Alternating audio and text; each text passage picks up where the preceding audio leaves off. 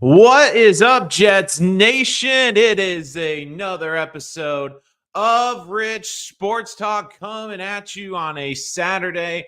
Thank you so much for joining the program here today. If you are new to the channel, make sure to hit that subscribe button. Make sure to check out all our latest videos. And don't forget to check out our community page to see all the latest and greatest from the show. If there's any videos you would like to talk about or any videos you'd like to see on this channel, please put it in the comment section and we will get to it. But is an Adams family reunion on the horizon for the New York Jets? Now, this has been teased in this fan base for months now because I think a lot of us felt that there was a chance that this could happen last year at the trade deadline if maybe Aaron Rodgers was healthy, this team was rolling, the Raiders weren't any good, and the Jets would have an opportunity to make a trade for Davante Adams. Instead, it didn't go that way. Davante Adams stayed in Las Vegas and seemingly was happy because Antonio Pierce was his head coach, and it seemed like everything was great. But Netflix just dropped its recent series Receiver, which I thought was once again brilliantly done. And I'm really happy the receivers they chose. They had Justin Jefferson, Davante Adams, you had Amon St. Brown, and George Kittle. Number one, love George Kittle. Entertaining as hell. That guy is hilarious. And I think he is a great personality. And just watching his personality, I will not be surprised if that man doesn't have his own reality show sometime in the next year or two. But I thought it was very interesting because you have kind of different receivers at different stages in their career. You have Amon St. Brown, who's the up-and-comer. You have Justin Jefferson, who's the guy in his prime. And now you have also Davante Adams, who's the guy that's still in his prime, but probably near the back end of his career. He's had his legacy in the league. And it was very interesting how in this episodes, how he was portrayed. Now, Davante may have rubbed people the wrong way with some of his comments in this show, where when the Raiders were 3-3, he lashed out. And I remember saying at the time, that's pretty interesting, where basically the Raiders won a game and he was unhappy and saying that he cares about his legacy. Now, it is a very fickle position, the wide receiver position, because it is a position that you want a guy with a big ego, but you also have to rely on someone else. And it was clear he was not happy with the quarterback situation. And I had said last year around the trade deadline, and a big reason I thought Davante would want to get out of Las Vegas, especially Josh McDaniels would remain the head coach, was the whole reason, and he said it very early on in the series, that he went to Vegas was because he wanted to play with Derek Carr. That had been their plan. They had always wanted to play together in the NFL. They were college teammates famously. And he even said on the show, it was our dream. I'm happy we got to live it out. And we got to say, hey, we at least got to live out that dream. We at least had that opportunity to play with each other and see what could have happened. Then, of course, they let Derek Carr go. They bring in Jimmy Garoppolo, who was throwing hospital balls, getting Davante Adams hit harder, getting him some nagging injuries, and he clearly was not happy with the situation.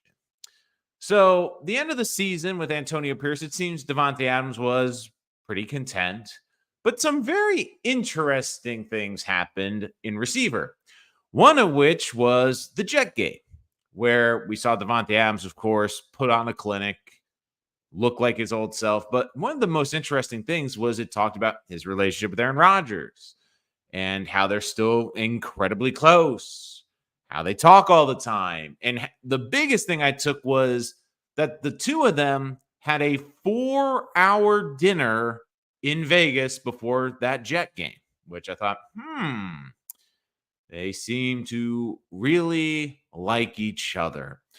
Another very interesting fact about that, too, was he was interviewed this week on NFL Network. And basically, he revealed, yeah, Aaron is in my ear constantly trying to get a reunion.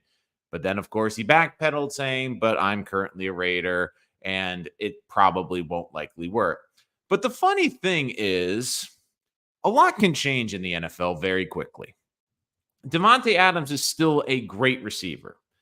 I don't think that the Jets necessarily need him to make it to a Super Bowl, but it certainly would help if he was there. The thing I was looking at too is, what is the state of the NFL going to be at the trade deadline? Because, of course, a lot can change, injuries and everything, but we all kind of play this little game when we get the full schedule. We kind of go week by week and we go, let's look at the schedule. Let's look at who could potentially win. And I was just peeking at the Raiders schedule. The Raiders did not get a lot of favors. Now, you can look at their schedule. They open the season on the road against the Chargers with Justin Herbert and Harbaugh. Then they are on the road again against the Ravens. Then they get the Panthers at home. Okay, likely win, but don't forget the two quarterbacks they have are Aiden O'Connell and Gardner Minshew. Now, I really like Gardner Minshew, but I'm kind of interested to see how it works because Davante really wants a precision passer, wants someone that can lead him. And Gardner's a bit of a guy that is accurate, but really makes up with a lot of his mobility. I'm curious to see how that relationship is. Then they host the Browns. Very good team with a very good defense. Looking at like 1-3. Then they go on the road to Denver. Now, I think Denver is not going to be a good football team. I'll give the Raiders an edge, but the Broncos, especially early in the season, especially as Jet fans, we know that place is a house of horrors. Then they come home to play the Steelers, who will travel incredibly well with their fan base. And even though I do think Russell Wilson is shot, probably have a slight advantage. So you're looking at the Raiders probably being a 3-win team right around the trade deadline. And then looking forward, it doesn't get any better. They have the Rams, then the Chiefs, then the Bengals, Dolphins, 4 games in a row. The Raiders do not have an easy schedule. They don't. And I think the Raiders are going to come to a conclusion during this season, which is they need to position themselves to get a franchise quarterback. Because if they don't, they will be constantly looking up at Justin Herbert and also Patrick Mahomes for the next decade, maybe even longer. The Raiders, I think, are in a really weird spot because as much as I love Antonio Pierce and I want them to succeed, I just look at that team and say, yeah, I like their defense. I like their roster. I think the Raiders are still a pretty good football team. I just hate that they're in the same division with Patrick Mahomes and Justin Herbert. And you just look and you go, man, I just don't see how they're going to compete with that. So if Joe Douglas calls at the trade deadline and offers the Raiders a second-round pick or an plus for the future, I think they'd have to listen. I would even go so far as to say next year's 2025 first-round pick. Now, I know Joe Douglas doesn't love giving up high-end picks, but if the Jets are in a position where they can win the Super Bowl and they're in a position where they are one of the top teams in the AFC at the trade deadline, if you figure you're going to be in the playoffs and you're going to make a run, you're going to have a late first-round pick anyways. Why not use it to go and get Davante Adams? And Davante Adams, I think, will also have another really good benefit. The show highlights his route tree, his ability to create separation, his ability to create that great space in between him and the defender. You can't tell me that wouldn't benefit Garrett Wilson learning from the best route running tactician that we have in the league. You don't think that would rub off on Garrett Wilson? You don't think it would help Garrett Wilson? And I would go so far as to say, if you put Davante Adams on this team, say what you want about Aaron Rodgers, but the Jets' weapons, just their top weapons with Tyler Conklin, Breece Hall, Garrett Wilson, Davante Adams, and I said Breece Hall already. You could put that up against any of the top skill positions in this league. Yeah, maybe a team might have a number one better, but I can't think of a team that would have that type of 1-2 receiver, that type of team that have that elite running back, and that type of team that would have a steady tight end. Again, Do I think Tyler Conklin is a top 5 tight end? No, but do I think he is a very consistent and it goes out and performs every year? And look, he's been a consistent performer with terrible quarterback play the last years. He's had Zach Wilson throwing him the freaking football. So I just have a feeling that this is going to be a very intriguing opportunity. And look, Davante, you kind of get this feeling that he's kind of saying, yeah, like I hear Aaron all the time. And let's be honest, the Jets front office, I do think, is taking a stand and did make decisions based on what was best for the team. But if Aaron is cooking this year and this team is cooking and this team is rolling, and Aaron goes to Joe Douglas and Robert Saleh and says, look, this team, we can win a Super Bowl, but we need Davante Adams. Hey, look, I know it's going to cost us the 2025 first round pick, but man, we can make a run. Look, even if they get Davante Adams and they don't win a Super Bowl, but they're playing the AFC Championship game, that pick's going to be 29th in the draft. It's not a pick where you're going to find a talent like a Davante Adams at pick number 29. And it's clear he still has some gas in his tank. He is still someone that is an elite wide receiver. He is still someone that is completely driven and grinding. And he's talking about his legacy. He still needs to win a Super Bowl. And could you imagine what it would do for Davante Adams' legacy if he goes to New York midseason and helps the Jets win their first Super Bowl in over 50 years? He helps Aaron Rodgers to win his second Lombardi trophy. And more importantly, could you imagine if Davante Adams has a couple of good years in New York with Aaron Rodgers and then, wait a minute, here's a fun fact. What if Garrett Wilson becomes the best receiver in the NFL because of tutelage from Davante Adams? There's too many positives from this. Now, again, I want to preface this. The Raiders are not going to trade him before the season. They're not going to trade him because they need to sell tickets. They need to sell to their fans hope. They need to sell that they can compete. But at the trade deadline, I think the Raiders are going to make a tough decision.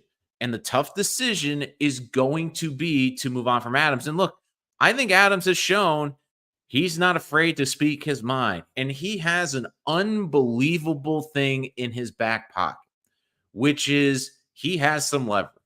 He has the ability to go to that front office and say, look, I could have requested a trade as soon as you got rid of Derek Carr. I stuck it out with Josh McDaniels, who I didn't think was going to be the head coach. I stuck it out with Antonio Pierce. I could have asked to be traded that year. I didn't. I think that right now we are not on the same page as an organization. And the reason I came here was because I was promised and given the impression that I was going to be playing with a certain quarterback who is no longer here and who was released promptly after I had arrived. This is a good move for you. This is a move that I think that they have to be open to. And again, it comes down to the Raiders, I think, need chips. The Raiders are in this weird purgatory where they're going to have to swing big and take a shot at one of these young quarterbacks in a draft one year. You can't keep patching it with Jimmy Garoppolo. I love Gardner Minshew, but you can't keep patching with Gardner Minshew. I mean, this team made the decision that Derek Carr wasn't good enough to compete with Justin Herbert and Patrick Mahomes. The problem was they didn't fix the solution.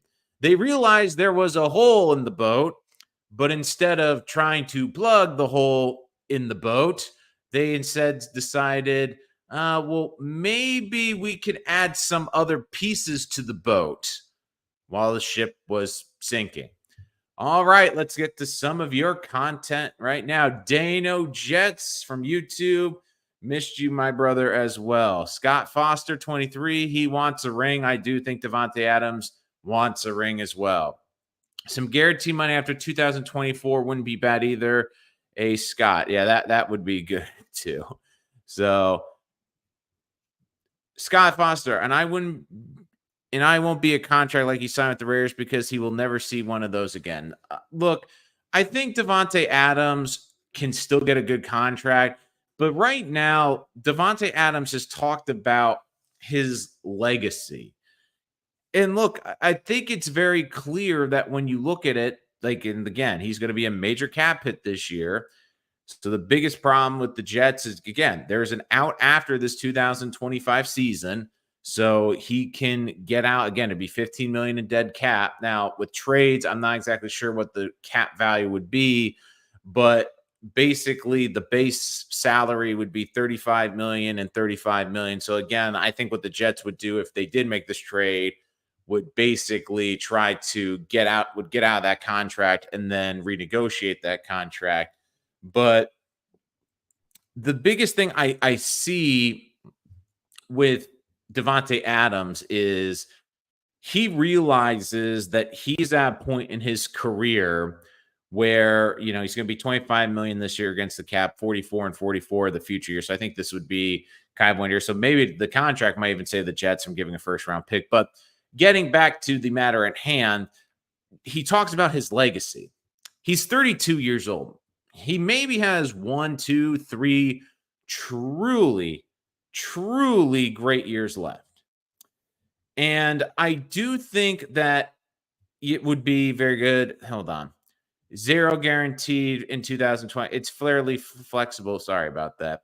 So according to it, I'm trying to get the hit would be 44, dead cap 15 if they were to cut him for 2025. The base salary is 35. The signing bonus, again, like these contracts, sometimes I'm trying to just figure out in terms of the dead money. So give me 1 second. So Adams right now, his signing bonus is $7 million basically a year. So he's guaranteed $15 million after this season, which was why if whatever team the Raiders were to get the out after 2024, it would be 15 million in dead cap because that's basically the signing bonus. Now he does have also a per game roster bonus of $500,000.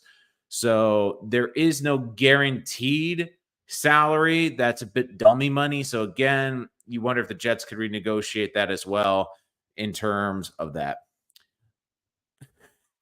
So we can't send I don't think you could trade Lazard for a bag of balls right now, especially after the way the workouts have been going, dropping balls left and right. I don't think you're going to get anyone to do that at this point. So, I mean, Lazard is going to be a tough one.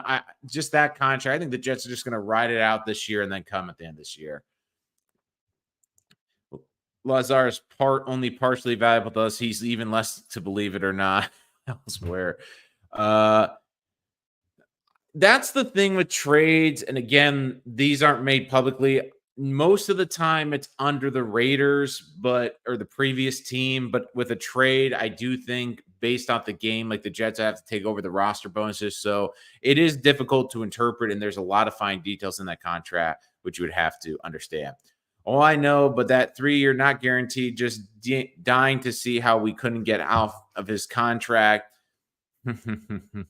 I'm guessing marbles at this point are the only balls that he's valuable. I don't think you can even get a football full there at this point, Dano. It's probably just like a bag of marbles so you can play them, or just like just a bag of marbles, just so you have you can play some marbles around there, some Chinese checkers maybe in the team room, maybe get a new set, maybe a new chess set, potentially, maybe not even get balls, maybe just like games. Like, balls would be like the hungry hippo plastic balls. The somehow they have that at the facility and like the children's daycare. It ran out of balls. Some kid took them or flushed them down the toilet, so they need a replacement, so they could do that in terms of the balls they're training for. But let's get this train back on the track, or in this case for the Jets, get the plane back on the runway right now. But I think this would be a good trade for the Jets.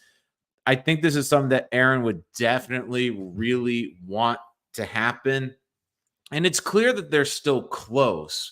And it's funny because, one of the most lazy narratives that I've heard this offseason, and I think as a Jet fan base, we've gotten absolutely sick of, is this quote, Aaron Rodgers is a bad teammate. Really? So he takes a $35 million pay cut. That makes him a bad guy. And oh, the receiver that we all thought hated him in Green Bay, that they ended in a bad divorce, that they hate each other, that's the reason Davante Adams wanted out of Green Bay. Yeah, the guy that really hated him had a 4-hour dinner with him before a game against his team and says that they still talk all the time, that he's in his ear all the time. And really, I think the reason Davante left Green Bay was a pretty good one. You didn't know what the future of Aaron Rodgers was going to be at that point. You didn't know how long he was going to stay in Green Bay. You didn't know how much money he was going to get in Green Bay. Green Bay didn't want to pay him. They had a bunch of young, talented receivers, and they're very good at developing receivers. So, again, this opportunity to play with his younger quarterback, who he played with in college and had great chemistry, go play in Vegas and go play with his buddy. I mean, that was appealing. Like, look, it's appealing. Do you want to stay there? I mean, the only other team that I think Davante would even maybe consider realistically is a team like that's going for a Super Bowl. But it's clear to him, especially when they had Jimmy Garoppolo and the other quarterbacks playing in there, he needs a certain level of trust. There's only certain guys he trusts in this league, and he hates playing with guys he doesn't have a rapport with. And he says it's very difficult. Aaron, he's got that rapport with. He has that rapport. He understands what Aaron's thinking. He understands what he's going to do. He understands what Aaron likes. The only other team that makes sense would be New Orleans with Carr, but they're also not in a great cap situation. And I'm not sure they're looking to swing that as well. How realistic is this trade? Well, as I was talking, I think it's more realistic than we think. And I think it's going to be around the trade deadline because the Raiders have a very tough schedule. And I don't think they have the quarterback play to really compete in the AFC. Like I was actually really thinking about this today. Out of the 16 teams in the AFC, how many quarterbacks would you put above the Raiders today? I think you would put obviously in their own division. You have the Chargers and you have the Chiefs go well above them. If we go to the AFC North, Joe Burrow, Lamar Jackson, Deshaun Watson is a tough one. I would maybe give them a slight edge with Watson. I mean, Pittsburgh is tough because I think they have some upside there with Justin Fields and with Russell Wilson. Could he maybe find a renaissance there in the AFC South? Will Levis maybe a worse situation just because he's a younger quarterback. But outside of those teams, you feel like the Raiders don't have the quarterbacks to really compete like in the AFC. And even when I went through their schedule, like you just kind of go through and the best scenario, I think, is the Raiders have 3 wins at the trade deadline. And then you look after the trade deadline, it's the Chiefs, the Bengals, the Dolphins, then the Broncos for a breather, then the Chiefs again. I mean, I think the Raiders would look at that and go, if we're under 500, we're probably not going to be close. I mean, look, I went through it. Raiders at the Chargers week 1. I think that's a loss. You have them at the Ravens week 2. I mean, they're not home till week 3. They get the Panthers again, probably a win. Raiders home against the Browns.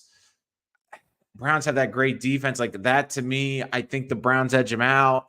Broncos have a terrible QB room, but they're on the road early, and Denver's a weird team. Even when they're bad, the first couple weeks of the season at home, they're really good. And then they have the Steelers at home, and the Steelers fans always travel incredibly well. I think that'll almost be like a Steelers home game in Vegas. To me, it just seems like at best the Raiders can win 3 games, but I just get this feeling they'll be closer to 2. Like realistically, I really think that's where they're going to be for this upcoming season. And maybe it's harsh. Maybe I'm overthinking this, but I just don't think that they're going to have that really great situation. Jets talk. Let's effing go from Boomtown in Canada. Good to see from you. Teammates don't say that in terms. I'm trying to figure that. Momo Adamo. Hey, Rich, I caught you live coming to you from North Carolina. I'm a New Yorker, though. God, how humid is it in North Carolina right now? I will say, though, you're in a good spot for better barbecue and definitely better biscuits with gravy. So good to hear from you down south. Uh, you know, although I have this weird relationship with the Carolinas because they maybe took my hockey team, but here's there. But you're a native New Yorker, so that's okay. But look, I do think this could be realistic.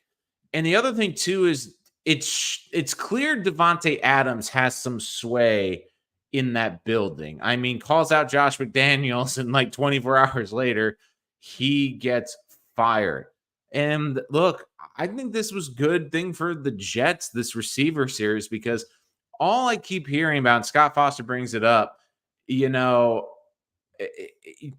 you don't hear his teammates saying bad. And even like the thing like, oh my God, he missed the 2 days of mandatory minicamp. And you just heard every NFL player on their high horse saying, oh, he should have missed that, especially after last season. He shouldn't miss that. He shouldn't miss that. Then we find out he did this trip to Egypt, which is very difficult to plan and to get there. So I just was amazed because it's like everyone, oh, Aaron's such a bad teammate. He's so hard to play for. And Davante Adams, who's not even his teammate anymore, said, yeah, I spent 4 hours with him before the Jets game. It's funny, Davante could have spent time with, his quarterback, could have spent time. He's got a family. Man, time's valuable for Davante. He puts in a lot of work. He puts in a lot of hours. It's clear from the show how much prep work he does. It's amazing. And it's funny, he can find 4 hours of time to sit with Aaron Rodgers in Vegas. So I just find that amazing. Thank you for the love, Dano. Really love the support. Yeah, but definitely share this with other Jet fans. Trying to get more Jet fans. So if you're new to the channel, give us a like, give us a subscribe.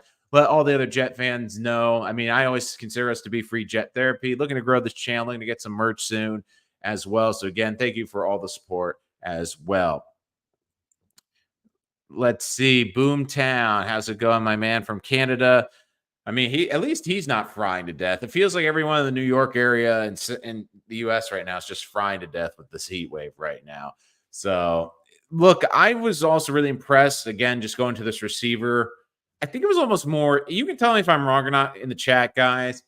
I thought it was more entertaining than the quarterbacks. Again, the quarterbacks can be fun, but you can tell they're trying to be the CEOs of the team. They're the face of the franchise. Whereas a receiver, it feels like they can be more themselves on this show. And I thought that was really great. I thought it was interesting, too, to show, we always talk about the NFL, and I think a lot of fans talk about how the game, protecting the players, taking the contact out of the game, and still seeing like even with all the rule changes and the protection to these players, it's still an incredibly physical game. The Almont St. Brown injury. Then you had Davante Adams almost getting killed because Jimmy Garoppolo apparently doesn't have touch. Then you had, Deebo Samuel constantly getting nicked up with the 49ers. And then, Kittle. I love the Kittle one. Kittle was probably my favorite guy in the whole one just because of his personality. But, man, I just love, like, Kittle goes to the locker room to get the thing to help with his shoulder. Just running back to the field, has to stop to watch the TV, see what's happening, and then comes out. I love even his family's like come out like a WWE entrance. It felt like that. It felt like a freaking movie as well. I have a whole different towards Aaron now that he's in New York. Smash that like button, Jet fans. Thank you so much, as always. Gotta love and subscribe. Boomer. Okay. Someone's got to explain the sign language. Smile, jet up. Oh, I think it's happy to jet up. I think that's what we mean. Why hasn't Corley signed yet? I think it's just because they're going through the rookie wage scales right now. Again, I don't think unless it's the day before camp. I wouldn't worry too much about that. Yeah, it is toasty up there, Boomtown, but it's the best way to cool off watching Shoresy or Letterkenny. I've gotten really into Shoresy. Love that show. It's probably the most Canadian, one of the most Canadian shows ever, but that's part of the reason I love it. I mean, Kessa is absolutely hilarious in that show. So if you need something to binge and you're a hockey fan, definitely watch him, Shorty. Would you safe to say that if they were to keep Adams, he'd be a cut candidate in the spring unless he agrees to restructure? Again, the contract's weird because it's not fully guaranteed, but I do think it'd be open. But here's the other thing. If Davante, let's play the dream scenario. Davante comes, they win a Super Bowl, and the Jets, like, let's say Aaron Rodgers decides, you know what, I thought I said I'd be here 2 years, but we won the Super Bowl. I've done what I came here to do. I'm going to retire. And then Davante says, look, I only really wanted to play with Aaron. I want to go somewhere else. Like, at that point, I would be like, you know what? The Jets won their Super Bowl. I wouldn't care. But if they came up a little bit short and needed a restructure, I do think they would try to get it done. The biggest thing, though, I still would preference getting Garrett Wilson the long-term deal first, getting Sauce the long-term deal, getting the young guys locked up and figured out. Because, again, I do think Davante would want to come back and play with Aaron, but it's also based off of him, too. Because Davante also has – it's not like he's earned, you know, a lot. In his career to this point, he's already earned $112 million. I mean, he's already earned some nice lettuce in his career. So I think his goal is to probably get finished with 150. But yeah, 44 million on Garrett. Yikes. Yeah, not as good. Let's see if Vera Tucker can get home. Oh my God. Yeah, Vera Tucker. I'm going to do an episode on the biggest X factors of the season. I do think, and Dano, you brought up a good question I'm going to address in a second. I do think that is one of the biggest. If AVT can get through a full season, that to me is going to be one of the biggest things for this team. If he can't, that just raises so many other questions. And yeah, the guard depth to me is a bit scary. I'm not going to lie. I do like that Olu they're keeping at left tackle. I do think in a pinch, especially Smith's healthy, they might consider kicking him inside. I still am of the opinion that this team, and I sound like a broken record if you follow me on this channel, but I would sign Connor McGovern to be a backup because, look, he is a capable starter in this league. He can play center. He can play guard. Like, to me, I would feel so much better if he was the backup guard in this position.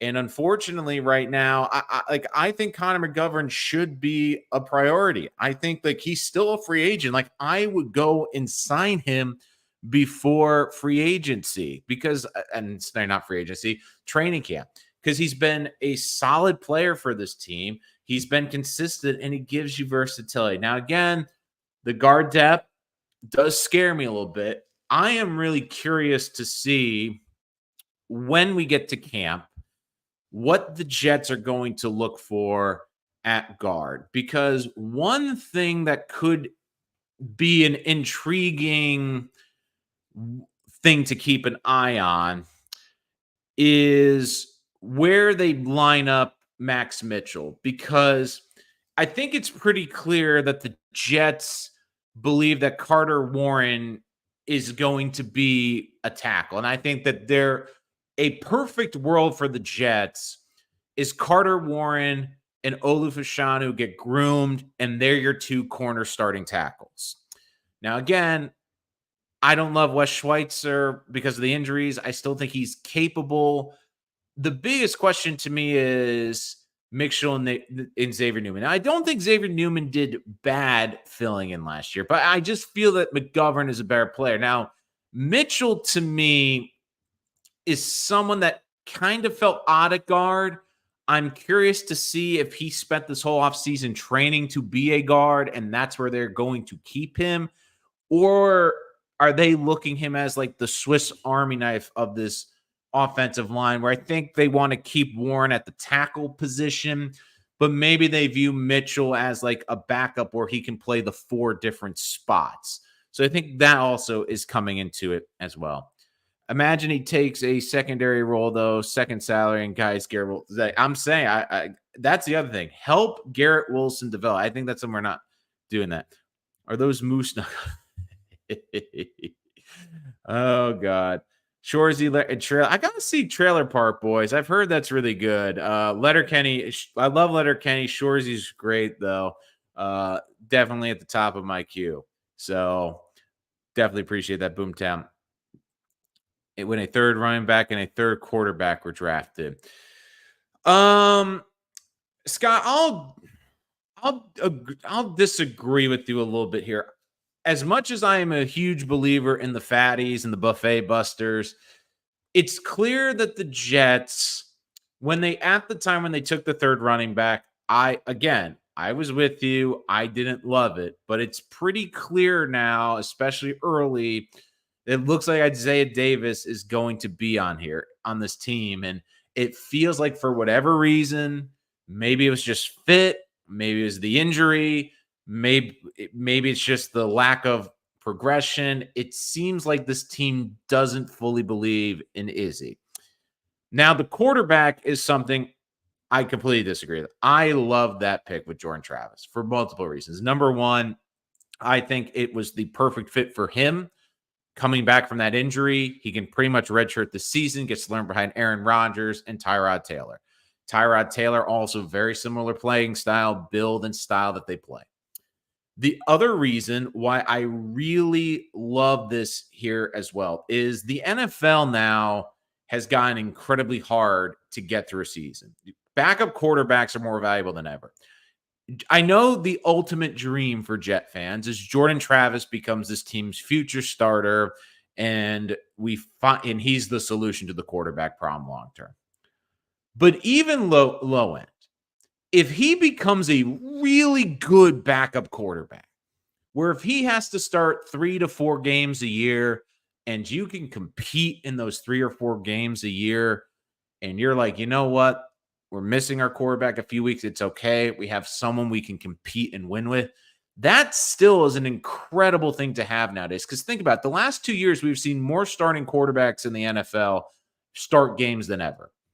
With the 17 games, it's going to change. And look, Joe Burrow, I thought had a great idea, by the way, with the Pro Bowl in season. I do think we're going to get to 18 games. I do think we're going to get to 2 weeks buys.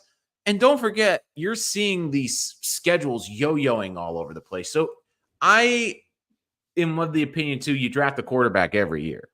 So again, I would have liked to see them get a guard. Trust me, I overdraft offensive linemen, but I don't necessarily disagree with those picks. Yeah, I love McGovern. I think he should be back there as well. Let's see Davis with the pads. There's a couple people ultra high on him. I think Braylon Allen's going to be the big one for him. I think that's look, I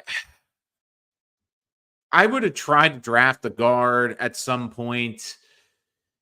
Just looking back at the draft, like I'm trying to go back to the picks basically on day 3, because once they took Olu in the first round, I knew they weren't going to take another offensive lineman until at least day 3. So let me just go through here and just see like who was available on the board. Now, again, they kept trading down, which pissed me off in round 4. And I know it pissed a lot of Jet fans off as well. I do believe, though, they really love Theo Johnson. If Theo Johnson wasn't taken by the Giants, they would have stayed and taken him.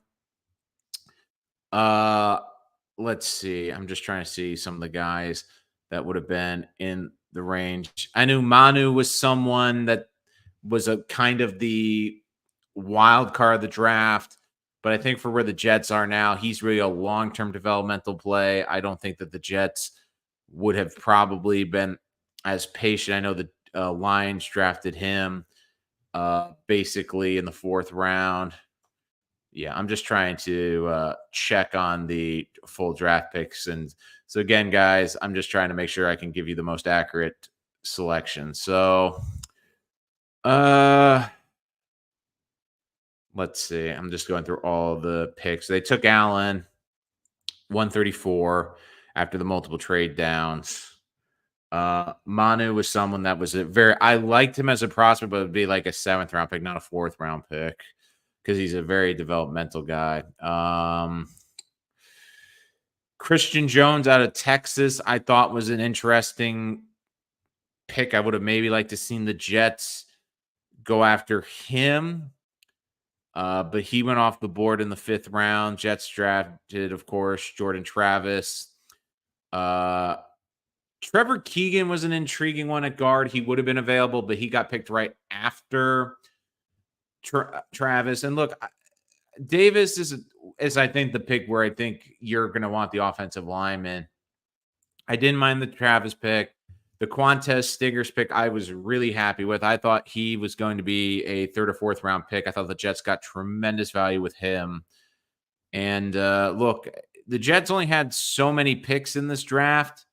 I mean, I know they took Jalen Key at safety. They did go for the undrafted. I know they took a couple linemen in the undrafted pool. I know that Brady Latham was one of them, but look, I get where you're coming from. It just felt like where the Jets didn't get an offensive line. Like, I can get the frustration. Look, I get where Scott's coming from. Oops, sorry about that. I'm hoping the next guy we draft or maybe the next ring chasing bet. Hey, I mean, it's like, it's like my rabbi used to say, couldn't hurt. Go on. Christian Mahogany. Are you just saying you liked mahogany just because it's a good wood? I mean, I get it. Mahogany sounds nice and sturdy as an offensive lineman, but look, I get where you're coming from with that Dano Jets on YT, but I just have this feeling that with the Jets, it's one of those things where I look at some of the picks that they made. Overall, I really love their draft, but I do get the guard depth. I'm trying to see also like what free agents are still out there. And don't forget, two guys, during camp, we'll see some veterans get cut. We'll see guys at the end of training camp that are surprise cuts. You never know. Maybe there's a veteran guard out there that the Jets really like. He gets cut by another team because they feel the rookie's better or they have a younger guy that's cheaper. There's always those type of guys in training camp. So just because like free agency's technically over doesn't mean they can definitely do something. I love that line. They might know something we don't. Didn't know that about Theo. Of course, I'm full of draft nuggets. That's why if you're also a draft fan, make sure to hit that like, hit that subscribe button so you don't miss any of our latest draft content. Yeah, Scott, that's the other thing too, especially with offensive line. Here's the thing with offensive linemen. If you really want a good shot of getting a starting offensive lineman, you're going to have to do it in the first 2 days of the draft now. Day 3, if you find a lineman that is a rotational or even a decent 6-man or a good backup, that's almost a win. And as much as I know Jet fans begrudge Matt Mitchell, and I know Carter Warren, some people like roll their eyes when I mention it. I mean, if they are solid backups, and I do think Max Mitchell was a better backup tackle than we give him credit. The problem with Mitchell last year was he was getting pinball all over the place, and I'm hoping a full, healthy offseason is going to help him this year. Because don't forget, he was coming off that weird blood issue from his rookie season. God knows how that affected him, how it took for his body to recover. So you hope a full, healthy offseason is going to be very beneficial for him as well. God, we gotta go with the wood. Oh, Jesus, I am sorry, Adama. Oh, so sorry about that. I'll just call you Momo just to avoid the butchering of names in here. How many quality QPs were late picks? But I think, Scott, you got to almost put this in 2 categories.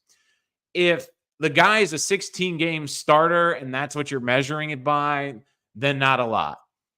But there's been guys who have been really good backups in this league that have stayed in this league for a long time, that have been productive players in this league for a really long time. I mean, I think a good example for the Jets basically is like if you were to look for, I'm trying to think of a good example right now. So I think a great example is Tyrod Taylor on the Jets. I mean, look, he was a 6th-round pick by the Baltimore Ravens. He was someone that he's bounced through multiple teams, but he's been in this league since 2011. He has been a one-time Pro Bowler, but you look at his career, he's been a 65 touchdowns to 29 picks. He has been a really high-end backup. And look, if you were to tell the Ravens when they drafted it, hey, he's not going to be in your organization for more than a year or two, but if you were to tell them, hey, this guy's going to be playing in the league by the time he's 35 years old, he's going to have started in a couple places, but he's going to be a really good backup, I think the Ravens would have signed up for that every day of the week. Like if Jordan Travis has a career, and again, might not all be the Jets, but has a career like Tyrod Taylor, where he's not going to play. If he's a 16-game starter, we'll probably get exposed. But if you need him to fill in for a stretch of 4 or 5 games and can do it, like Cooper Rush, like if he could do a Cooper Rush and come in, play a couple games, make the plays and win football games, he's not a full starter, but he can win you games. I think that you'd be more than thrilled with that. So I do think you have to look at that from different perspectives. I get like, when we always talk about the day 3 picks, it always comes back to, well, is he the next Tom Brady? Is he going to be, a 7-time? Like that, again, doesn't happen every day. Remember, beats Battlestar Galactica. Anyways, that's enough Office references for the day, even though it was the first one. Sal had said Zach Wilson will be a good NFL QB when he was a Jet. How can we believe anything he says? Well, Momo, I think defensively, he's put his money where his mouth is. Again, I understand that. Look, Zach Wilson, I think, has the talent to be in this league. Again, I'm not sure if it's going to work. I think he's going to the best place in Denver. He's going to have an opportunity to potentially start. He's got a good offensive coach. You also wonder, he just got engaged. Is he getting to the point in his life? Like sometimes you have to fail miserably to almost check your ego. It's one thing being the number 2 overall pick, in the glitzy glam New York market, but now you're in the league for a couple of years. You're now on your second team, and now you're basically in Denver and fighting for your future life in the league. So let's see. With the shortcomings were mostly mental. Yeah, like look, Wilson, I think is the more frustrating because even with Sam showed flashes, but there were certain physical things with Zach where the way he could flick his wrist and the football would travel 50 yards. Like you're like, that's not normal. That's not something most people on this planet can do. But I do think you're right, Dan. I do think it came down to the mental. So are we thinking the Jets are drafting someone they hope will be a career backup? I think the hope is an eventual starter, but if he becomes a good backup quarterback for this team, what's wrong with that? How many years have also the Jets needed a good backup quarterback? I mean, we forget what was the stretch before Flacco beat the Browns? Like, didn't the Jets, when they had a backup quarterback, they lost 10 something games in a row with playing a backup quarterback, and they finally broke out of that rut because of Joe Flacco and that miracle that they pulled off in Cleveland. So yeah, I get, you can hope for one thing. You can hope you find a diamond in the rough. And I think it helps where the kid doesn't have to play and it doesn't have pressure to play this year, and he can slowly develop, which is what the Jets should have probably done with Zach Wilson. But at pick 171, these are guys you're hoping are on the roster. If you get someone that's a good backup quarterback, if Jordan Travis becomes a solid quarterback, he has to start 20, 25 games for his career with the Jets. And the Jets are 13-12. And because of him, instead of seasons going completely into the toilet, they're able to stay afloat until a starting quarterback comes back. Yeah, that's a very valuable player to have. Think about all the quarterbacks that have missed significant time the last couple of years. I mean, Joe Burrow went down, all these great quarterbacks across the league. And again, I get the notion that they don't stick around, but I mean, look, I get the guard depth. I understand the frustration that you want interior linemen, but again, you have guys like Connor McGovern that are still free agents. There are still some veterans on the market that haven't signed yet. Where are you getting right now a young 20-something-year-old quarterback with upside that you're hoping could maybe be a starter, but could be a really good backup? Because here's the other thing: Tyrod Taylor's 34. He's not going to be around forever. So, like, I think Dane just made it great. Imagine he becomes Brissett like a 1.5. I would be thrilled with that. I would be thrilled with that. So I'm just looking at the Mike White thing. Mike White, no one ever thought about him. Like when we were Jet fans and the Jets drafted Mike White or Braun Mike White, we never imagined that one day we would be wearing t-shirts of Mike White and hoping he would be a starting quarterback for our team. But here we are. And we're just looking back and going, you know what? Maybe he was pretty darn good. But I think it's a good example of like how crazy we get as Jet fans. And I get it, the frustration, the anger that boils up. But look, I think if he's a good backup quarterback, I would take that any day. Let's see. Aaron Stucker, he didn't really have a choice, Momo. I just want to give us the ability to cut Tyrod next spring or be able to go to free agency to replace him in 20. That's all I'm hoping, honestly. Yeah, and look, backup quarterbacks make good money. I mean, you look around, you saw it this offseason. Some of these backup quarterbacks got good money. Tyrod Taylor didn't come to the Jets for, cheap. There's a reason they had to put a premium on it because, again, it is very hard right now to find good backup quarterbacks in this league. I mean, we are seeing it all the time. It is so freaking hard to find freaking quarterbacks. It's not easy. I mean, come on, guys. Like, it is freaking hard. Think about all the backup quarterbacks the Jets have had that have been horrendous. I mean, Joe Flacco, for the most part, was not a great backup quarterback for the Jets. It just boggles my mind like how many bad backup quarterbacks we went to. And look, McGovern is a Band-Aid. I get it.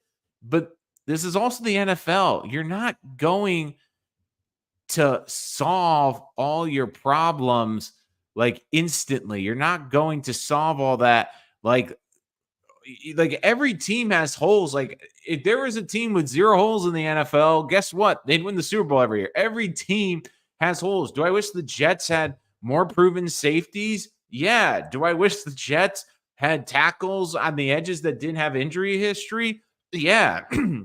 Did I wish the Jets have a number 2 receiver right now that isn't coming off an ACL? Yeah. It's the NFL. That's part of the reason that makes it such a great league is because there is so much adversity in this league, and every season is different, and every team has to be constructed differently. So I get how much you want a backup guard, and trust me, I was hammering it.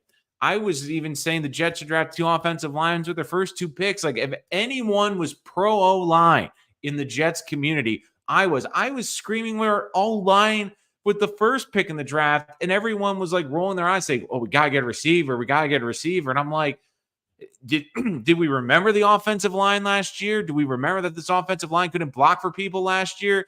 I mean, come on. It felt like Groundhog Day. And I remember Jet fans were pissed when they beat the Patriots because then, we lost out Olu Fashanu potentially, and the Jets still got him and ended up trading back and getting multiple picks to get what I thought was the best pass blocking left tackle in the draft. I thought it worked out great for the Jets, and I think they got a great offensive lineman. But you also have to hope, you hope AVT stays healthy. I get it. You don't think he's going to stay healthy, but I mean, look, I get Brady Latham. I understand Brady Latham, like, but the thing with that too is like they got him as an undrafted free agent.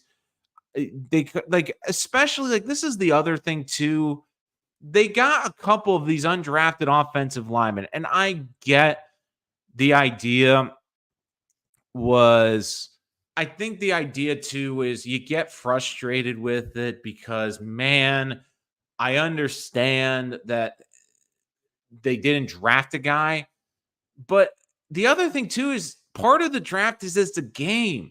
It's a game. You're hoping and you do research that these guys might be available. Part of the reason they maybe didn't draft Latham was because from their sources, they felt, hey, we can sign him as an undrafted free agent. So why don't we go and get a player that probably isn't going to be there? Like once you get into the 5th round, part of the game, because, okay, we have to plan on who is likely going to be an undrafted free agent and who is not.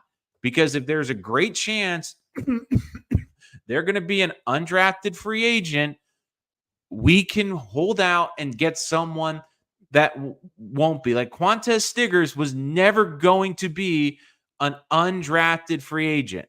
The Jets smartly decided, okay, we will let go. Like I never thought Leonard Taylor would be an undrafted free agent. I thought he was going to be a 4th round pick. The Jets, they got him. Eric Watts, a kid I wanted the Jets to draft on the 6th or 7th round. I love the kid. I was begging them to draft him from UConn. Instead, they waited it out and they got him. So, yes, I understand that they only got 2 offensive linemen, Brady Latham from Arkansas and Willie Tyler from Louisville. I understand they're not the sexiest names, but the other thing too is internally, do the Jets feel that Max Mitchell is going to be a guard? Like for all we know, Scott, maybe that's the Jets' plan. Max Mitchell is the backup guard next year. Maybe they've been working on him exclusively a guard. Maybe they told him, hey, Max, here's the thing. We drafted Olu. We had this opportunity to get a left tackle. We think he's our future starting left tackle. We really like what Carter did last year. We think that he's going to be our starting right tackle. We still really like you, Max. We think you're a good player, but we think your future in the National Football League and for our team is going to be a guard. For all we know, when we get to training camp, maybe Max Mitchell doesn't line up for one snap at tackle. Maybe he is exclusively at guard. And don't forget, like they have Newman that they could play at the guard position. Like he bounced between the center and guard position. Like Schweitzer can play guard as well. Again, I'd rather have McGovern over him because of the injury history, but that's just how it works. That's just how it is. Because again, the Jets have to be flexible. I understand that basically you're concerned about the guard position. I get you're concerned about the guard position. I'm concerned about the guard position along with Aaron's Achilles. Can Malachi Corley be a day one impact? Can Jeremy Rucker insert himself into the number 2 tight end? Can our tackles play 16 or 17 games this season? Will our defense remain to stay healthy? Will CJ Mosley still be the same player with another year under his belt? What's the secondary going to look like in the future? Can Tony Adams take another step forward? Is Ashton Davis going to become a star? Like there's so many things about the Jets. Like I get the guard position and I understand it, but for all I know, Scott, we're going to show up training camp. It kicks off in a few weeks. If Max Mitchell doesn't play a snap at tackle the first week, you'll have your answer. The Jets have decided he is going to be their guard. Okay, undrafted Jackson Sermon. Yeah, the Sermon. I'm trying to remember because I remember talking about the undrafted free agents. I'm trying to think. Was Sermon one of the players I knew they were converting? I think they were converting one of the safeties to linebacker potentially. I wasn't sure. It might have been Jarius Monroe from Tulane, the safety. But yeah, I mean Trey Jenkins as well coming in there. I mean, Leonard Taylor, I'm really interested to see. I know a lot of hype around him, but I mean, Eric Watts was the big undrafted guy coming out of camp that really made noise. It's definitely gonna be interesting. I mean, the Jets loaded up on defense, especially undrafted, because I think their philosophy was also we need to get good offensive players. We can figure out the defense. We can tweak the defensive players.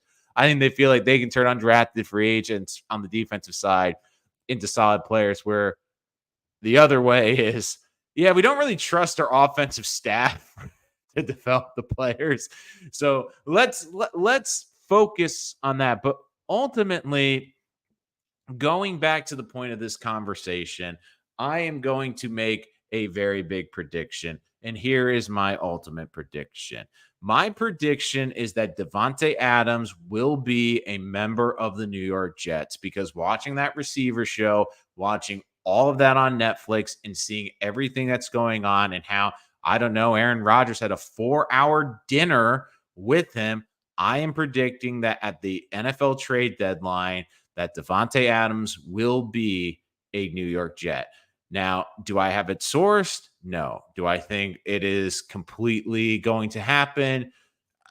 I mean, another interesting thing is I know Breece Hall's talked a lot about Garrett Wilson. And look, Garrett Wilson, did you notice? I know he wants his college number 5, and G5 looks great. But did they maybe also do that because Davante Adams, opens up 17 for someone? Yeah, maybe. Yeah, I'm just saying. I'm just saying. Scott, you are big on him. Glad to have young LBs right now. Like the thing with the undrafted kids, you just hope like a couple of them stick it out. I like Jimmy Ciarlo too from Army. You're just hoping that a couple of these kids can stick it out on the practice squad and develop and continue to grow. Like the biggest one for me, I've been Eric Watts has been the big one for me. I've been on him since the Senior Bowl. I watched him play at UConn. He was someone I really loved, just because he had the raw power he brings is something you don't see a lot, especially anymore. And look, I get that this whole thing where we talked about Davante Adams decided. I think you'll bring him up when he's released too, man. I think, Scott, you're gonna bring it up there as well. I mean, here's the big question for Scott Foster: will he have a Sermon jersey for training camp? I'm just saying, will he have a Sermon jersey? And here's another reason why I think it's a good idea. It's a good investment. Sermon. You can wear that in church. Can you imagine wearing a Sermon Jets jersey in church? I mean, it could work. It could work. I'm just saying. I mean, I don't know what number Sermon's going to be, but will Scott Foster, will he have a Sermon jersey? That's what I need to know.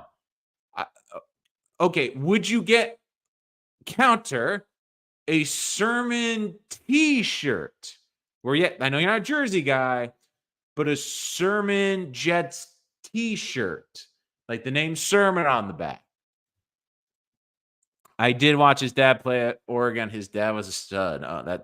So now we see the connection from Scott. So I mean, I'm dying to see the Sermon shirt. I will do this. Like, I will also put it out here. If Sermon makes the opening day roster and he's on the 53, not the practice squad, not like the 53, I will buy a Sermon t-shirt. If that happens and he makes it to the 53, again, I think he could end up on the practice squad, but if he makes the 53, I will invest in Sermon. Sermon will be on this show. I will make sure. Well, my dad coaches that. I mean, you have the Sermon connections.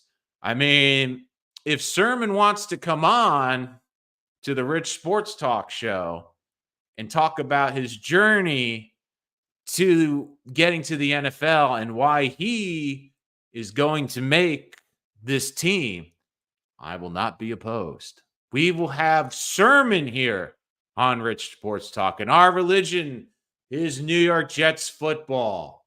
Every Sunday, MetLife Stadium is our house of worship. even though it has basically been HE double hockey sticks for most of our lives. But let's not, let's not go down that way too much. But look, I do think that'd be great to see it make the practice squad. We are rooting for Sermon. We are pro Sermon on this podcast. I'm hoping that Eric Watts makes this team, but he is definitely someone that we will keep an eye on. So now we've spiced it up a little bit. Now we have to keep an eye on Sermon throughout training camp in the preseason. So, I'm going to have to put a special place in my notebook basically to make sure that I can do it. And I mean, look, I know Sermon's an older player. I mean, he's played 6 college seasons, all packed, first team all Pac 12 in 2022. So look, this is something too where, I mean, this is almost like Sermon reminds me of a JD special in college because it's like Carter Warren. You had someone that probably would have been a higher pick had they had a healthy season. He had the season ending injury in October last year.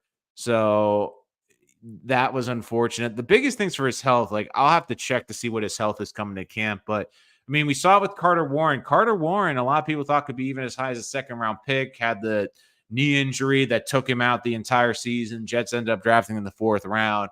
So that's one of the reasons that they were so high on them. This Sermon, absolutely, in special teams as well. But that is going to do it for this episode of Rich Sports Talk. Will we have the Adams family reunion? And yes, if there is one, I am making a t-shirt and I am going to put it available on sale on this channel. We will have the Adams family reunion ready to rock and roll. But until next time, this is Rich Sports Talk. If you're joining us after the live stream and you want to get your thoughts in there, you can always comment below. Check out our community page. Give us ideas for future videos. And of course, if you are new to the channel, make sure to bash that like button and hit subscribe. But until next time, I'm Nolan Rich, and this is Rich Sports Talk.